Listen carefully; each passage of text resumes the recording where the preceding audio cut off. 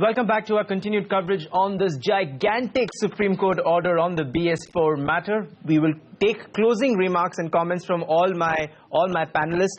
Vinod, Dasari, final comments from you then. While the order has gone against SIAM's position, but on one count, the Supreme Court has actually given into given to your request, which is that all vehicles which were sold prior to the 31st of March can still be registered after 1st of April. And that's the point you were making to me in our last show when, especially when it comes to, buses where, you buy the bus, but then the body needs to be built somewhere else. So in that, on that particular count, satisfied with the clarity that the Supreme Court has given, sir?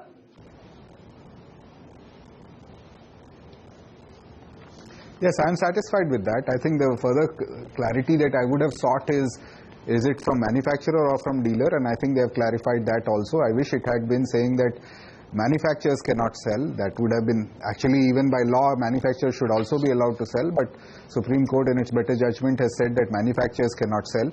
Now they have also said dealers cannot sell, which is an added burden. So whatever the dealers have the inventory, they will probably clear it off in the next couple of days. It's not much. In our case, it's very less, and whatever is balanced, we'll figure out a way to export it or do something else with it.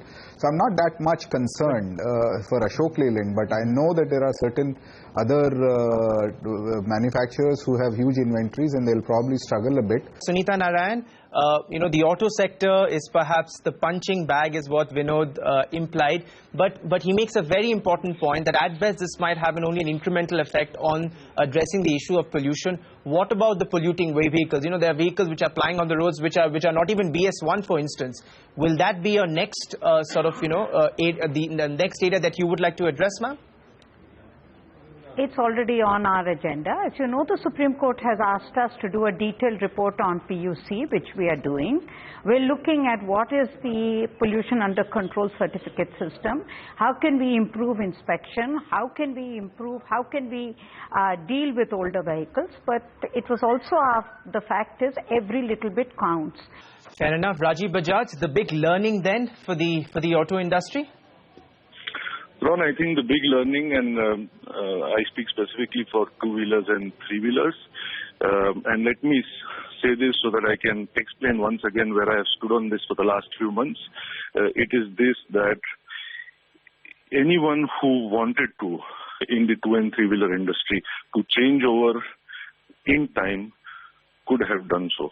And if going from BS-3 to BS-4 was going to reduce cost, believe me, everybody would have done it day before yesterday. The only reason people have postponed it is to save on cost. And I think that for the learning, to use your words, is the Supreme Court has made it clear, if you're going to try and be wise, we'll make sure you're pound foolish. Final word then to you, Vikram Kirloskar. What is the big takeaway, not just from this verdict, also we have to connect it again. I go back to the December 2015 verdict on the ban of 2000 plus cc diesel engine. We need to see it and we need to read it in that context. So what is the big takeaway from the latest judgments and the kind of noise that we've been hearing as far as addressing the issue of pollution control goes?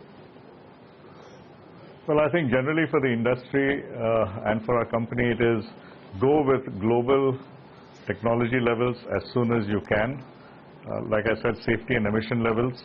But I'd like to just say one thing to defend the industry, okay? We as a company are lucky we don't have, or whatever we decided, we change over to BS-4 and it doesn't affect us. But I must say, it's very easy to say that the industry is doing nothing. But if you look at across the entire supply chain of the industry has done a lot of work at all kinds of levels to reduce emissions, not just on vehicles, their factories, their suppliers, to clean up the environment around them. They've done an enormous amount of work. We have also Harish Salve on the phone line. Thank you very much, sir, for joining us. Many congratulations. You were the Amicus Curiae in this case. Sir, the court verdict very clearly says that the health of millions of citizens was more important than the commercial interests of manufacturers. The auto industry claims that the losses could be above 20,000 crore rupees.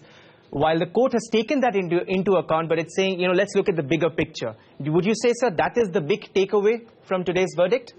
If 5 lives are saved, only 5, by the consequent reduced pollution, What is more, 20,000 crores or 5 lives?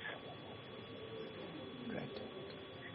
If 5 children are saved from lung damage or come off the path, see, please, the problem is so extreme in India that these figures are irrelevant.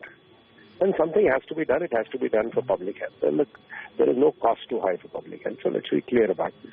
And there is a question of degrees, a little bit more and a little bit less. We have to do whatever we can, whatever little we can, bit by bit, to dismantle everything which is created this hellhole which we call industrial, which we call big Indian cities.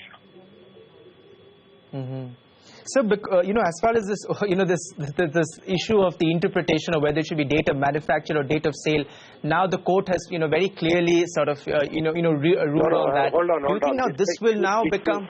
This is an issue which you invent. Go ahead, sir. And then you hang yourself on it. The question is never about the interpretation of the notification. You first convince the whole world that it is about the interpretation of the notification, and then you say, see, we've been badly treated. In 1999, when the similar notification came, the court said, we are applying Environment Protection Act. We have given you enough time, wind down. In February 16, when after the horrible winter of 2015, we moved the Supreme Court, we made a noise, the court took up the matter, things were really bad. We got the government to advance BS-4 to 1st April 17. It was clear to everybody who was in that courtroom that after 1/4/17, India will be on BS-4 standards. Now, somebody wants to invest a lot of money on clever legal advice saying, but the notification says manufacture, and let us hope that people forget about the Environment Protection Act. And let us build up huge inventories which we can dump. And that, believe me, the figures show that there was no rolling back of production to try and sort of wind down. This sort of a mindset must end now. Absolutely. No, those are very important clarifications, sir, that you're giving us.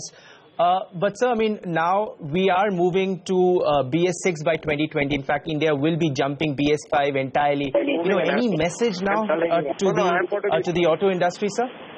I'm going to be moving an application right now to the Supreme Court that please clarify.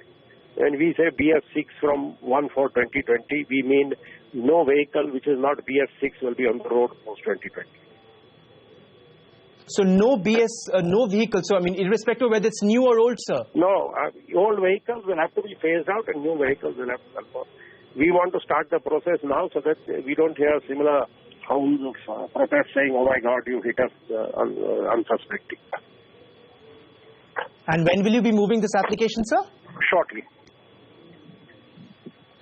Harish, Salve, thank you very much, and many congratulations once again. And to all my wonderful panelists, Vikram, Kirloskar, Sunita, Narain, Rajiv, Bajaj, Vinod, Dasari, thank you very much for joining us on this special broadcast. It is a big day.